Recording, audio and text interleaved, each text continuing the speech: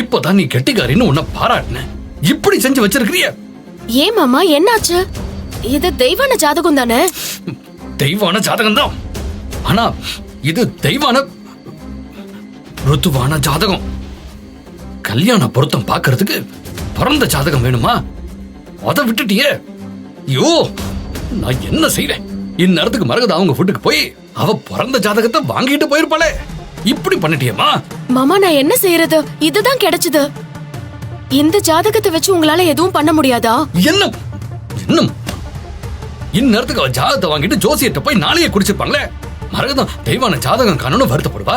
அதே அவசரமா நினைச்சு எல்லா திட்டத்தையும் கை விட்டுருவா. நம்ம எண்ணம் பலிச்சிரும்னு நினைச்ச. நீ இப்படி பண்ணிட்டு வந்து நிக்கிற.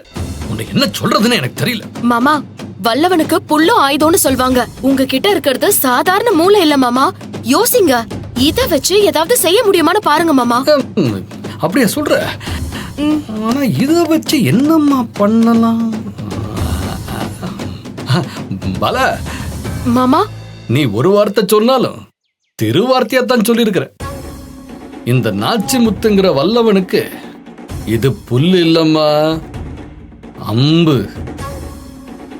இந்த அம்ப எப்படி எங்க யார் மேல ஏவ போறேன்னு மட்டும் பாத்துக்கிட்டே இரு. நீங்க அடுத்த ஆட போற ஆட்டத்தை தொடங்குங்க.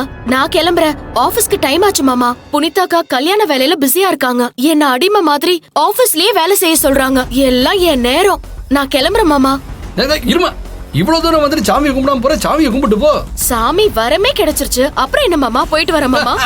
சரி சரி, இவன் சரியான ஆளுதான்.